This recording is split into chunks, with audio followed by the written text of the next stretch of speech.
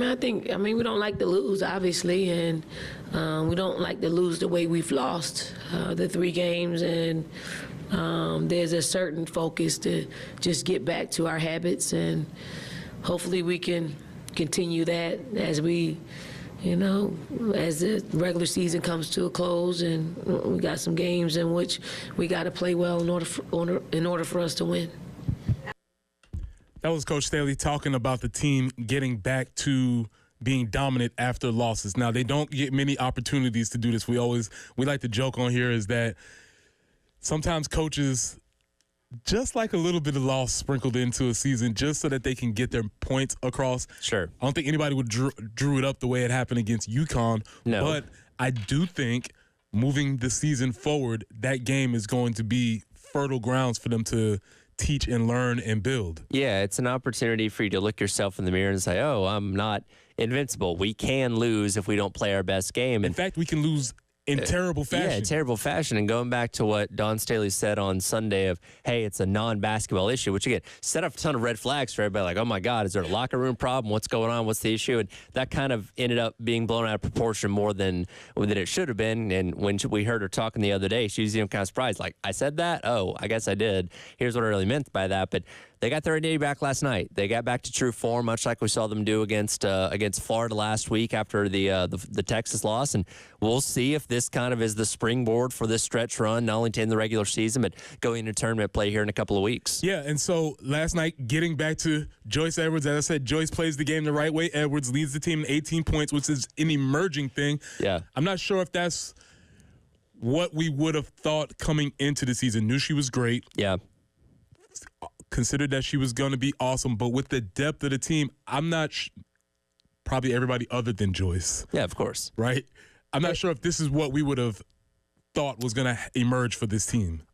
I don't think it's what we thought, but at the same time, I don't think we're surprised by it because there's no central superstar in this team. Past couple of years, you've had your Cardosos, you've had Aaliyah Boston, you've obviously had Asia Wilson. In the past, it was definitively like, hey, that's the best player on the team. You don't really have that right now. You have a lot of stars that are kind of on an equal level that make this team as great as it is, but some nights it's Joyce Edwards, some nights it's Malaysia Fulwiley, some nights it's Chloe Kitts. Like, you just have a combination of a lot of really great players kind of around that same level and, going out there and performing. And, again, nobody's kind of standing out necessarily above the rest, I would say. So a lot of buds. In your Thorns, Buds, and Roses, maybe a lot of buds? There you go. There it is. So there's a lot of buds. Things are happening. I guess as we move forward. And Jen, did you say it was 23 degrees outside? It's it felt like it. Preston. Come on. Don't make it sound so bad. I'm sorry. 24 degrees. I told Preston in the break, I'm going to find Punxsutawney Phil and punch him in the face. Right? Because I'm not enjoying this. That's why you got to go with Beauregard Lee. The Jordan. Is he the one that's more right? He's more often, accurate. Yes, often than not. Yes, we've had a whole conversation about this. But yes, maybe these buds are happening, and they're going to have to sprout here very soon because we're moving rapidly towards spring is SEC coming. play. So Spring is coming, so there is a chance. Speaking of, Malaysia Fulwiley had a great game last night. Yes. Not great in all of the senses. Probably more specifically, not that she scored 15 points or not that she went around the back or not that she did all the things that she normally does, but she was efficient. 6 of 10 from the field, shot layups, got to the right, did all the things that she has not been doing as much this year. Yeah, and she was matched up with Izzy Higginbotham, who is the leading scorer for Arkansas, one of the leading scorers in the entire nation, held her to 7 points and 2 of 10 from the field. Like, that's, boom, there's your efficiency on defense. So you're playing defense on the side. Here's Coach Staley talking about Malaysia's game last night. Lay has a real good understanding of what needs to happen. Like, she really does. I think in the moment, I don't think she could help herself at times.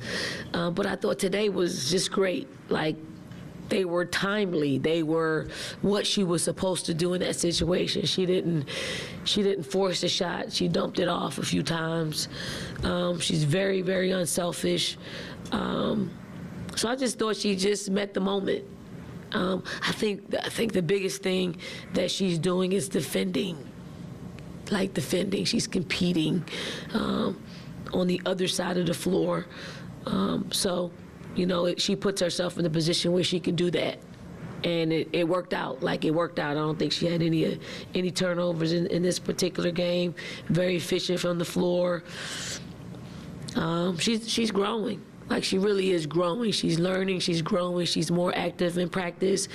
She's she's using her voice in practice. So it's always a good thing when a young player starts to utilize their voice and they understand their power. Couple things stood out to me. Let's go back over, because Coach Staley was obviously talking about the defensive side. So I want you to emphasize that one more time. Yeah, so Izzy Higginbottom, who's one of the leading scorers in the entire nation and leading scorer for Arkansas, was held to 7 points last night, or 10 points last night on 3 of 17 from the field. Like, she locked her down. So that's one thing she needs to take care of. Coach Staley said something that really struck me just now. She referred to Malaysia as a young player. Yes. And I had to think, you know what? She is a young player. Technically, yeah. I mean, she's not even done with her second full year. And I guess because she's been in our orbit for 8 years now. I mean, Sure. coming up through the high school ranks, and we've seen her and we've heard about her, and then she jumped on the scene early last season at Notre Dame. It really didn't occur to me till she just said it, like, oh, yeah, this is a young, developing player. Yeah, well, think about it, because that first game against Notre Dame in Paris was November of 2023. That was 15 months ago. It wasn't all that long ago. Like, she's still very, very young. And again, you see kind of the ebbs and flows of her career and her talent and the things that she does that, make the Sports Center top 10 that pop up every couple days always blows your mind. But there is still areas to continue to improve. And, I know Dawn Staley kind of talked a year ago that she could kind of position herself to maybe be that next superstar in women's college basketball. She hasn't gotten there yet, but she's got more time to certainly ascend to that point. Let's stay here. Jen, it's clip 17, and this is Coach Staley talking about how Malaysia responded to the loss after UConn.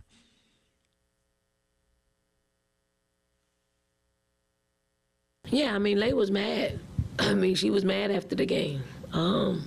And you can be mad and hold it in, or you can be mad and just kind of voice your opinion about things. And she was one that voiced her opinion. And it's good to hear it from a young player. It's good to hear it from a competitor. Like, a competitor doesn't like anything about Sunday. What happened? Not one thing.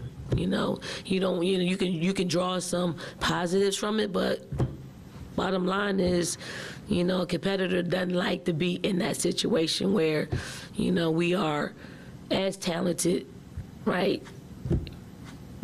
Like, I've never been a part of a loss like that with as much talent, like ever. So that was a first for us. And she felt it, and she voiced it, and she's practicing like she didn't like it, and everybody else is practicing like they didn't like it, and hopefully we won't ever see that type of performance again. Which, when Coach Staley points it out, never being a part of that ever, it just brings me back to Malaysia's basketball career, because I'm pretty sure, obviously in her first year of college basketball, no losses. Did not experience any losses. Yep. She's been part of multiple state championship teams in which losses were few, if any. And so, yeah, I'm sure she was looking around like, what is this? Yeah, there's a realistic possibility she's never lost by that many points in her entire basketball career. It's very possible. Outside of maybe year one playing rec league or something along those lines. And you know what? Maybe I highly doubt that. didn't happen. I highly doubt that, because she was on the team. Yeah, exactly. We've seen the video clip of her making the baskets in her driveway with her sister counting down the shot clock.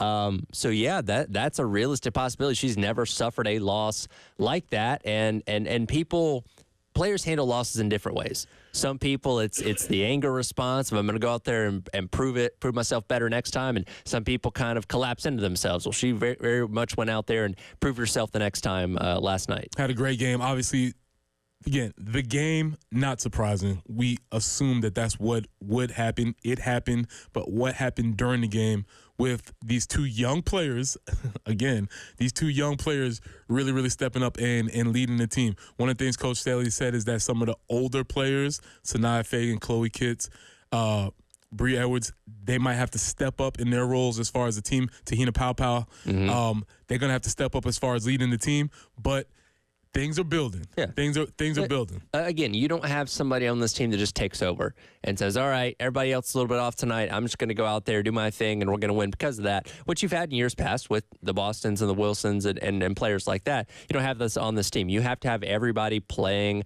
at their best to make sure this team wins. All right, can everybody take a breath now? Things are okay. Things are okay. We're back in the world. Still a top 4 seed. Release, yes. It's still that loss to UConn's not a conference loss. Still a shot to win the conference regular season. If they win out, they can still tie.